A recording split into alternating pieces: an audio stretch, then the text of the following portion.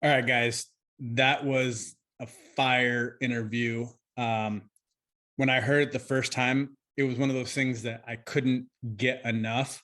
And judging by my notes, I obviously didn't get enough the first time around because these are completely different notes.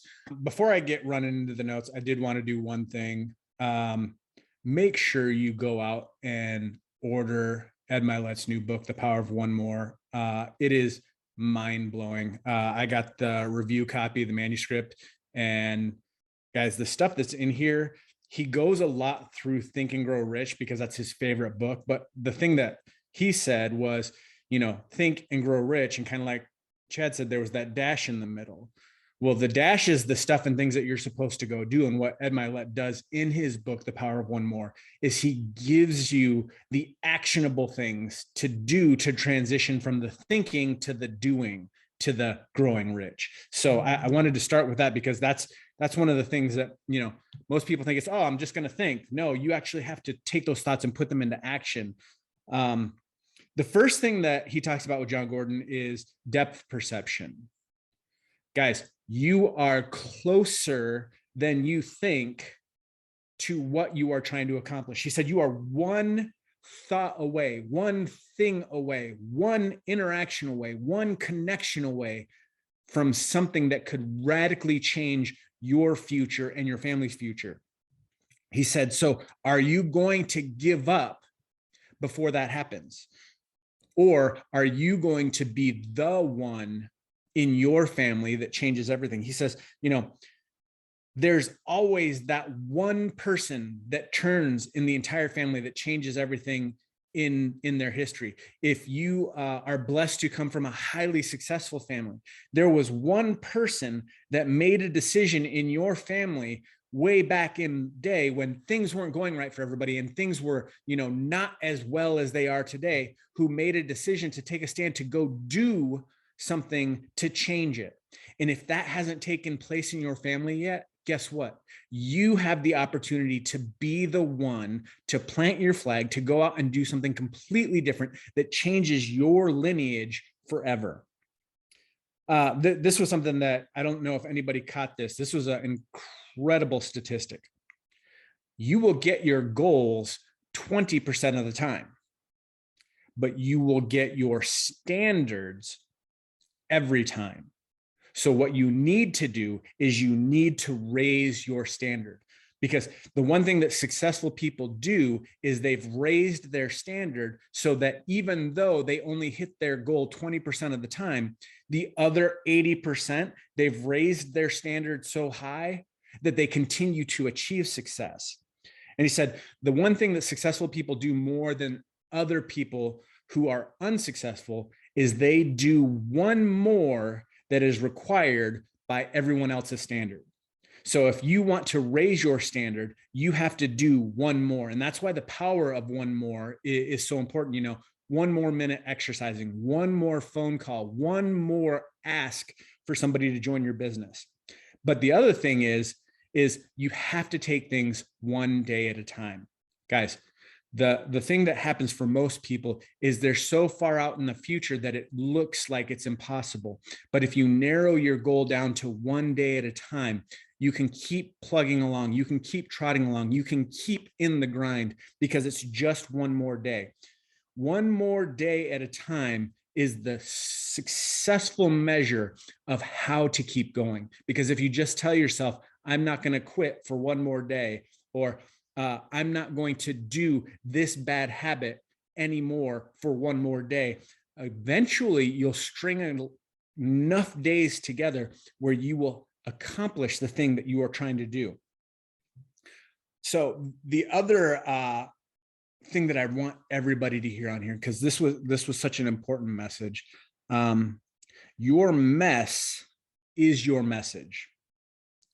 Are you going to be the one who helps change somebody else's future and their family for generations because you took your mess and turned it into a message? God doesn't qualify the called. He calls them and then he qualifies them. Like Chad was saying, if you look in the Bible, the history book of everything that God did, was done through people who most people would have counted out. Nobody would have asked them, hey, you're going to go do incredible things, because they were the lowest of the low. They were the outcasts. They were the people that nobody chose. You know, if you were in a school play yard and they were choosing teams, they were the person that didn't even get picked because they were over on the side, not even playing in the game. God was like, I want that person. I see greatness in them. God took them and did something supernaturally through them. So know that your mess is the one thing that qualifies you to go out and change other people's lives. Guys, all of the hardship that we went through, you know, the filing for bankruptcy, the losing all of our rental properties, the losing our franchises, standing in food lines, those things sucked horribly, but I would not take them back for anything, because of the fact that they created a mess and a message and a story that allows us to connect with so many more people. Because let's face it, when you hear the success story upon the success story upon the success story, that just doesn't seem like reality, because that means, oh, well, I can't do that because I don't have, you know, their connections. I don't have their family. I don't have their background. So it doesn't seem like it's something that you can do. But your mess allows you to connect to other people whose lives could not be changed if it wasn't for you sharing your story. So if I could just pound home one thing, it's go out and openly share your hardship, openly share your story, because you don't know who you could connect with and who you could change by sharing that. Another important thing, ask yourself, what if this was my last fill in the blank? You know, the power of one more is you get one more every day. But what if you started truly treating everything as if it was your last? How much more precious would it become? This is another one that I heard this morning. Most things are caught, not taught. And with that, the greatest tragedy for your kids is you neglecting. Now, it's not you neglecting them, but it is you neglecting to run after your goals and dreams so that you can set the example for them to follow. Because think about it. If you're telling your kids as they're growing up that they can be anything, they can do anything, you know, they can just go out and the world is theirs, at some point, your kids figure you out. And when they hear you saying that, but then they look at you and go, well, mommy, daddy, you're not doing that. They are catching what you are doing with your life versus what you are telling them they can do. So the best thing that you could do for your children is go out and be an example of somebody that runs after their goals, runs after their dreams, goes out and helps other people. Because the thing is they will catch on to the things that you're doing.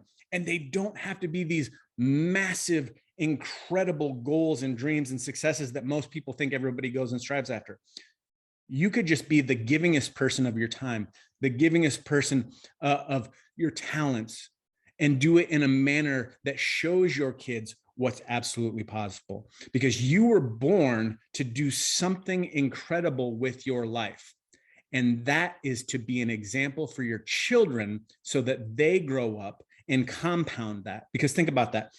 If you do something incredible, that gives a platform for your children to do something incredible, which in turn gives your grandchildren. And do you see how generation by generation by generation things compound and get better? So the one thing I love this reticular activating system, because everything in your mind aligns with the things that you're seeing. He said, so dream so that you can create a thought and a new space for things that never existed. That's the whole point of dreaming. That's why we talk about creating a dream board, creating a vision board, creating a goal board, because you need to create the thought in order to create the space. And then when you do that and you put the action behind it, God will partner with you to fill that space with the tools that you need to accomplish what you're setting out to do. Then my last one that I'll go on is the compression of time is how successful people get things done.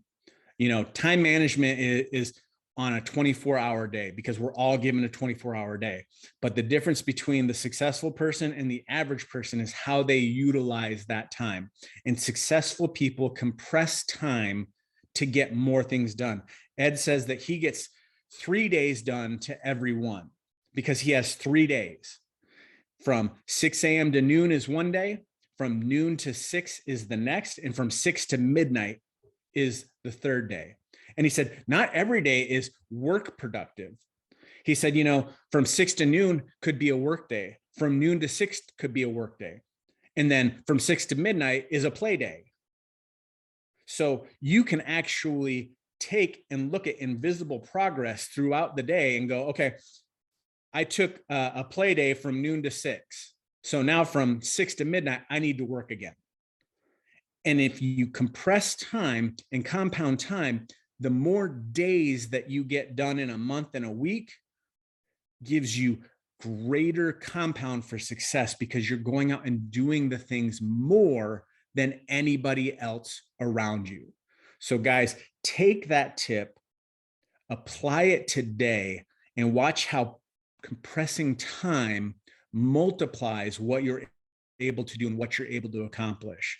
Guys, go out and make it an awesome week, and we'll see you here again soon. See ya.